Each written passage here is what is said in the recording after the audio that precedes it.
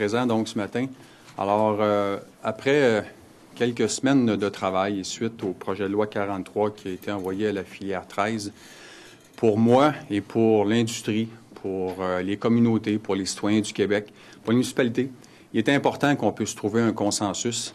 Et dans le document de travail que je vous ai déposé ce matin, je suis allé chercher les meilleurs éléments qui avaient été mentionnés autant du côté du Parti libéral par l'entremise de M. Damour, par M. Kadir, sa lettre ouverte qu'il avait envoyée au devoir lundi dernier, autant du côté des amendements que la ministre Ouellette voulait voir changer dans le projet de loi 43. Et de notre côté, aussi après avoir parlé à l'industrie, il y avait 5 points importants, 5 faits saillants qu'il fallait, où on se devait de trouver un consensus dans ce document. Pour les citoyens, empêcher les expropriations lors des phases d'exploration. Je vous en nomme juste quelques-uns parce qu'il y en a, comme vous l'avez remarqué, quelques-uns. Pour les municipalités, droit d'inclure des secteurs incompatibles à l'activité minière dans leur schéma d'aménagement. Pour ce qui est de l'environnement, loi assujettie à la procédure d'évaluation et d'examen des impacts sur l'environnement et au BAP pour des projets de 3 000 tonnes et plus. Premières Nations, obligation de consulter les communautés des Premières Nations. Et pour ce qui est de l'industrie, une loi qui stipule qu'une étude d'opportunité économique et de marché soit demandée au stade de la demande de bail minier. Dans ce contexte, avec ce document, je suis persuadé qu'on peut accepter et faire adopter un projet de loi abrégé à l'Assemblée nationale, ne pas revenir avec un projet de loi de près de 310 articles. On peut fonctionner avec l'ancienne loi sur les mines, qui est existante présentement. On peut la modifier, cette loi, l'amender, l'améliorer. Et c'est ce que je propose ce matin. Je suis persuadé que ce document de travail fera consensus de la part des partis d'opposition, de la part du gouvernement. Je le mentionne du côté de l'industrie qui a besoin d'un cadre réglementaire précis, qui a besoin de prévisibilité, qui a besoin de retrouver une confiance pour ses investisseurs. Alors, c'est pour ça que, bien humblement, ce matin, je dépose ce document de travail. J'ose espérer par la suite que le téléphone va sonner pour qu'on puisse se mettre au travail le plus rapidement possible et possiblement faire adopter une loi, un futur projet de loi abrégé, peut-être avant les fêtes, sinon au retour des vacances de Noël. Alors voilà. Puis des libéraux, M. Bonnardel. J'ai envoyé ce document de travail ce matin à M. Kadir, à M. Moreau, à M. Damour, à Mme Ouellette, à M. Bédard. Je suis allé chercher, M. Caron, tout ce que Jean Damour a mentionné lors de l'adoption de principe. Je suis allé chercher ce que M. Kadir souhaitait dans sa lettre ouverte. Je suis allé prendre les amendements que Mme Ouellette voulait déposer de son projet de loi 43 et je suis allé prendre ce que l'industrie souhaitait et ce que nous souhaitions aussi. Il y avait quatre points précis de notre côté. Il y avait le pouvoir discrétionnaire qui était trop élevé. Il y avait la mise aux enchères des claims qu'on ne souhaitait pas. Il y avait une étude de faisabilité. La ministre a obtempéré, a dit on va faire une étude d'opportunité. Et il y avait un BAP pour tous du côté du Parti québécois. Et de notre côté, on désire qu'il y ait un BAP pour les projets de 3 000 tonnes et plus. N'êtes-vous pas en train de mettre la ministre dans le coin? Parce que tout le monde, vous semblez vouloir liguer tout le monde contre le gouvernement. Pas du tout, parce que ce matin, j'ouvre une voie intéressante. Un document de travail qui, je vais le mentionner encore une fois, qui fera, j'en suis persuadé, consensus. Si je ne reçois pas de téléphone ou d'appel ou de courriel dans les prochains jours suite à ce document de travail, je ne comprends plus rien. Je n'ai pas préparé ça en l'espace de 30 minutes sur le coin d'une table. On est allé chercher tout ce qui a été demandé, tout ce que l'industrie souhaitait, tout ce que les groupes environnementaux souhaitaient aussi depuis 4 ans comme boulot. J'ai parlé à Hugo Lapointe. J'ai dit, écoute, je dépose un document demain matin, là. Tout le monde va y trouver son compte dans ce document de travail. Et je suis persuadé que si on met tout intérêt politique de côté, on va être capable de prendre ce document, de déposer un projet de loi abrégé et de faire adopter une loi pour laquelle l'industrie a bien besoin. Vous l'appelez, par exemple, la ministre, pour solliciter une rencontre au-delà du document que vous lui avez envoyé? Oui, tout à fait. Parce que vous lui avez reproché de ne pas vous appeler. Oui, tout à fait. C'est pour ça que je leur ai envoyé ce document ce matin. J'imagine qu'ils vont l'étudier ou sont peut-être déjà en train de le regarder. Puis vous allez voir bien humblement que ce document de travail est à l'abri de toute idéologie. Et ce document de travail, je pense, est précis et sérieux et pourrait faire l'unanimité et consensus dans les prochains jours. C'est un compromis, vous laissez entendre, ça ne satisfera personne pleinement. Ce serait donc une loi temporaire jusqu'à mieux. Écoutez, je suis persuadé qu'avec cette loi qui est existante présentement, qu'on peut modifier, une loi qui va modifier la loi sur les mines, où on pourra avoir 25, 30, 40 articles qu'on pourrait passer rapidement pour faire adopter cette loi, mais surtout pour avoir un cadre réglementaire qui, une fois pour toutes, va va être précis, va être prévisible pour l'industrie, sur lequel l'industrie va pouvoir dire, bon, on a un cadre, là, on sait où on s'en va, on va pouvoir avancer. Si le gouvernement souhaite encore une fois déposer un projet de loi de 310 articles, 315, ça va être extrêmement, extrêmement difficile. C'est pour ça que ce travail, ce consensus et ce document de travail avec 25-30 propositions, j'en suis persuadé, peut être adopté rapidement. Est-ce que vous souhaitez des consultations là-dessus? Vous savez, si le gouvernement, j'ose croire là, que le gouvernement va prendre acte de ça ce matin, si eux-mêmes décidaient de déposer un autre projet de loi et qu'on voulait repartir en consultation, je souhaiterais qu'on puisse rencontrer peut-être quelques organisations, encore une fois, l'Association minière, l'AENQ, peut-être d'autres groupes. On ne peut pas repartir sur des consultations de 10 jours comme on l'a fait la dernière fois. Là, ce serait ridicule. Puis au final, de toute façon, s'il n'y a pas d'ouverture de la part du gouvernement, moi, je suis persuadé que le Parti libéral regarde ça ce matin puis ils se disent, ouais, bien, les propositions que notre porte-parole, Jean Damour, avait mentionnées, je les ai mis là. Québec solidaire aussi, il y en a 2 dans leur article, dans leur lettre de lundi. Elles sont là. Coalition Meilleure Mine, même chose. Protéger les citoyens et les municipalités, qu'il y a de la transparence. Parler aux Premières Nations. Je vous le dis, je vais faire un travail consciencieux et je suis persuadé qu'on peut trouver un avancement dans ce futur projet de loi abrégé. C'est une nouvelle façon de faire de la politique. Oui. On est dans un parlement de cohabitation. Le gouvernement est minoritaire. La population nous a dit travailler ensemble. Bien, ce matin, je vous dis bien humblement, j'ai travaillé fort depuis 3 semaines pour préparer ce document et me dire, on met ça à l'abri de tout intérêt politique, on va essayer de chercher ce qu'il y a de mieux, à gauche et à droite. Puis je vous le dis bien humblement encore une fois ce matin, si je ne reçois pas d'appel, puis si le gouvernement ne dit pas, minimalement, on regarde ça positivement, puis on va essayer de trouver un consensus. Il y a peut-être des petites modifications, des éléments qui pourraient être apportés, j'en conviens. Mais au final, je suis persuadé qu'il y a 80-90 de ce document qui peut être adopté rapidement. M. Bonnevel, n'êtes-vous pas en train de réparer la mise à mort du projet de loi 43 qui a été jeté à la poubelle avant même le vote en principe? Vous savez, vous m'avez entendu, j'ai toujours dit que je souhaitais participer à ce projet de loi. J'ai toujours dit que mon téléphone était ouvert par courriel, peu importe, un coup de téléphone. On est dans un gouvernement minoritaire. Je pense que c'est M. Charest qui parlait de cohabitation en 2007-2008. Bien, je tends la main ce matin au gouvernement, aux partis d'opposition, et je suis persuadé qu'encore une fois que ce document, qu'on va être capable de trouver un terrain d'entente et possiblement rapidement, peut-être avant les fêtes, sinon au début de l'hiver 2014, donner un cadre réglementaire précis à l'industrie qui en a grandement besoin. Là. Parce que si vous aviez voté là, pour l'adoption du principe, là, de même que les libéraux, on serait rendu à l'étude article par article, vous auriez pu amener des amendements. Tous ces amendements-là auraient pu être amenés par la suite. Vous savez, c'était impossible qu'on rentre en étude détaillée d'un projet de loi de 310 articles quand on ne sentait pas d'ouverture du côté du gouvernement, quand on ne sentait même pas qu'un petit coup de téléphone ou un courriel ou ainsi, comment on peut fonctionner et travailler avec vous, comment on peut fonctionner et travailler avec l'opposition.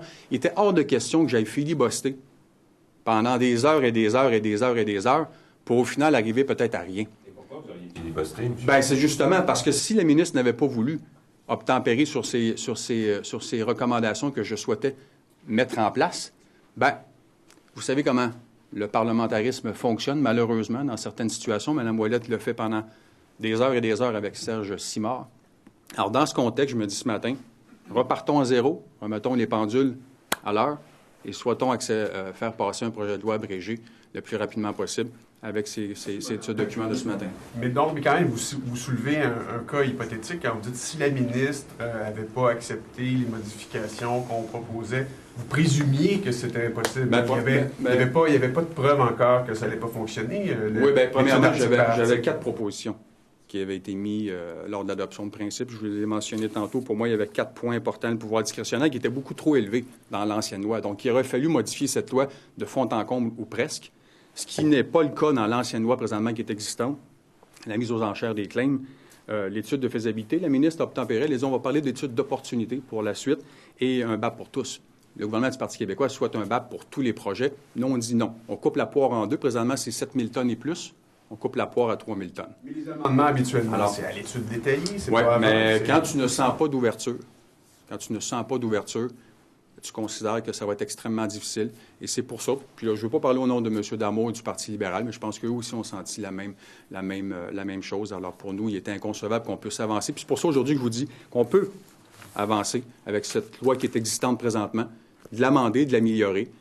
et de faire accepter ces amendements qui sont déposés ce matin.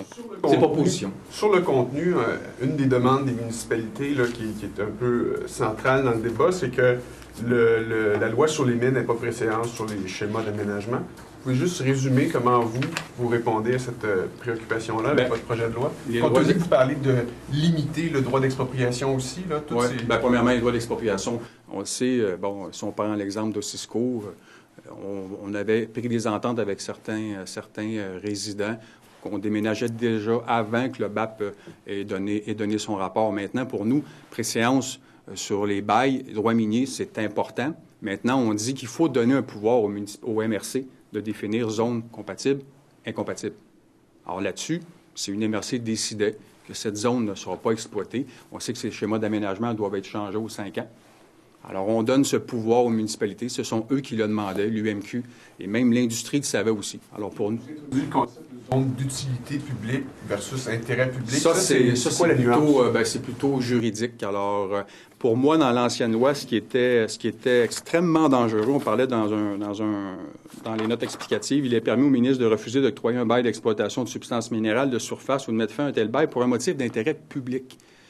Pour moi, l'intérêt public, là, c'est large. Et le meilleur exemple que je peux vous donner, c'est le projet de mine à ciel ouvert, pas de mine, mais de substances minérales de surface, une carrière en Gaspésie présentement. Alors, il y a un débat. Comment on définit que 100 personnes qui ne veulent pas voir un projet prendre forme pourrait être un motif d'intérêt public où la ministre a ce pouvoir de dire non, il n'y aura pas de carrière à telle place parce qu'il y a 100 personnes qui élèvent le drapeau.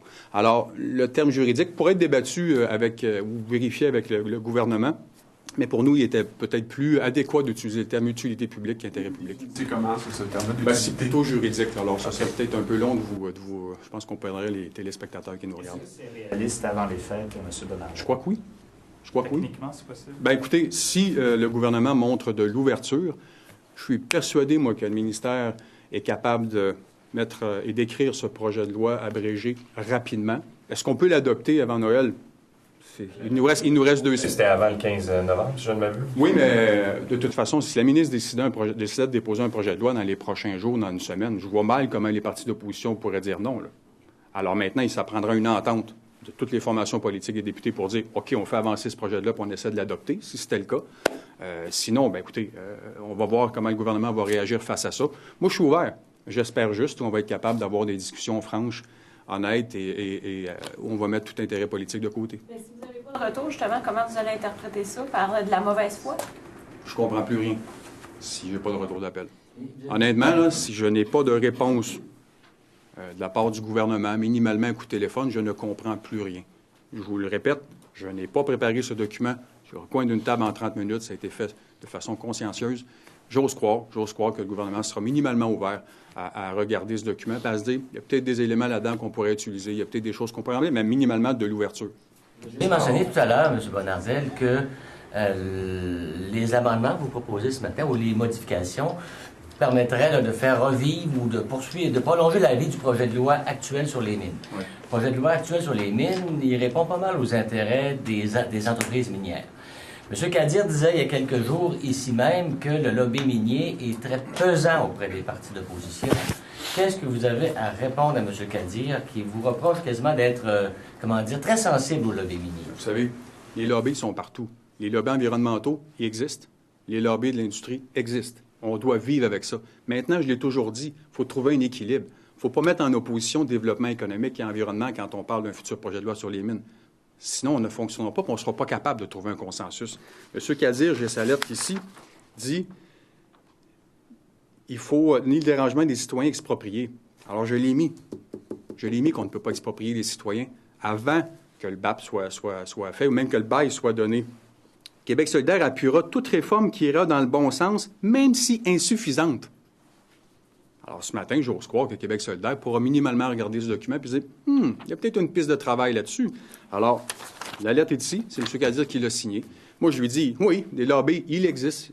Il y a des lobbies partout, puis ça, on devra vivre avec. Maintenant, ça prend un gouvernement, un ministre qui est à l'abri de toute idéologie, puis qui est capable de trouver un consensus, un équilibre pour faire avancer un futur projet de loi. La disposition sur la transformation, le pouvoir discrétionnaire de la ministre, ça, c'est évacué. C'est évacué parce que dans la loi existante présentement, c'est pas mal moins fort le pouvoir discrétionnaire qui est mentionné. Donc, c'est pour ça que pour nous, en partant, c'est un gain. si on utilise cette ancienne loi et qu'on l'amende, qu'on l'améliore, bien, on va mettre de côté nécessairement certains motifs qui étaient mentionnés dans l'ancienne loi. Question en anglais?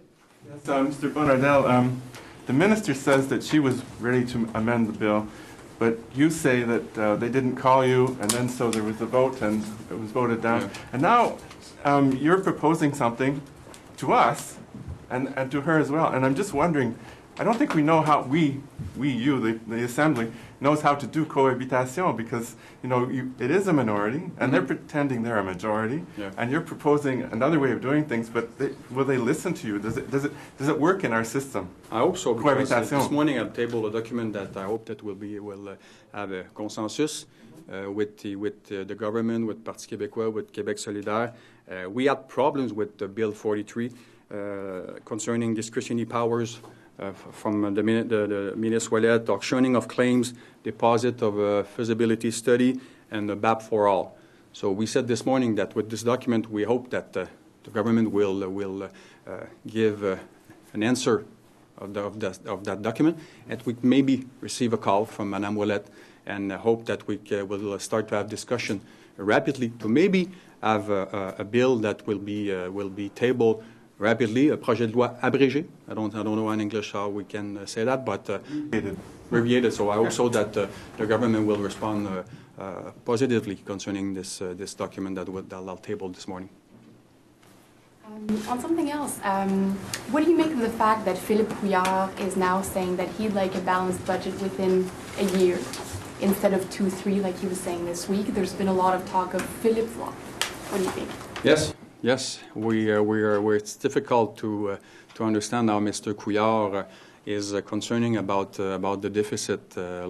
Some of my colleagues said yesterday, Philippe Flop Couillard said that it will be acceptable to have a deficit that will end in 3-4 years. I don't think that Quebecers that will accept that the deficit continue for 4 more years. I hope that we'll have a budget that will be at zero for 2014, 2015, and I hope that the Parti québécois will have a positive way concerning the fact that we don't need and it will be acceptable to have more deficit in Quebec for the next years. So Mr. Couillard, it's a flip-flop again, saying that yesterday we'll accept a deficit for 4 more years, and you have Mr. Paradis, Mme Ménard, and Mr. Ahmad sitting here in the hot room a couple hours just before his declaration that no, we need to have a balanced budget rapidly. So it's completely a joke. Despite all of this, the Liberals are still very high in the polls. Do you think that the CAQ will be able to benefit from this confusion at the Liberal Party? Of course. I really think that we are serious concerning the job that we've done at the National Assembly. You've seen Mr. Dubé that table Cap sur nos familles this weekend to reduce taxes with tax scolaire, with the health tax, and I hope that the people, Quebecers, will see that we are the Parti de l'économie at the National Assembly, and we'll see at the next election. We'll be ready to give a good shot at the next election, for sure. Thank you. Thank you.